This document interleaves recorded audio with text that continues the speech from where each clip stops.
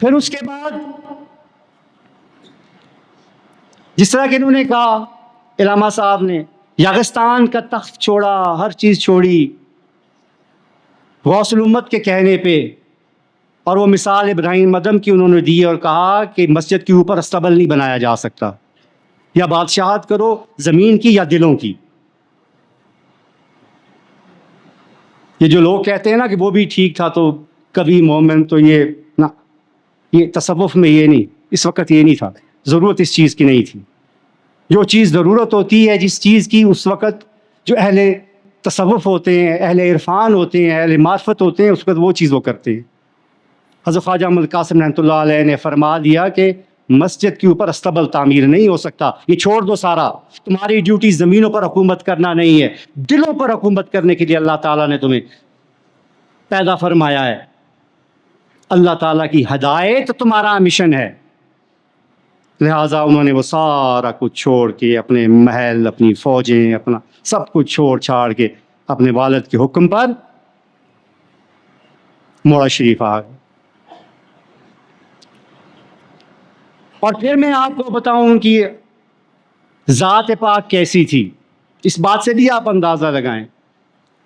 پیر علی اکبر شاہ صاحب کے والد تھے سکندر شاہ صاحب، ضیاء الدین شاہ ہے،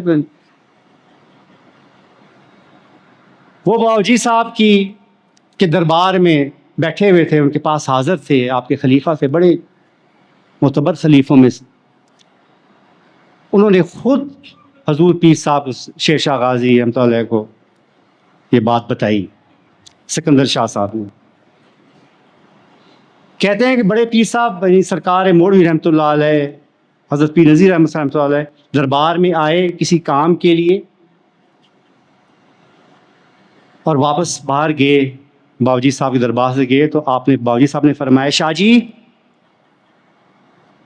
آپ کو پتہ ہے یہ جو شخص ابھی دربار میں آیا تھا یہ کون ہے؟ انہوں نے عرض کی حضور آپ بہتر جانتے ہیں، آپ کے صاحبزادے ہیں، ولی عہد سرکار ہیں۔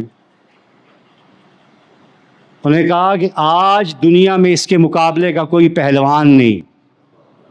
پھر فرمایا، شاہ جی جانتے ہیں جو ابھی دربار میں آیا یہ کون ہے؟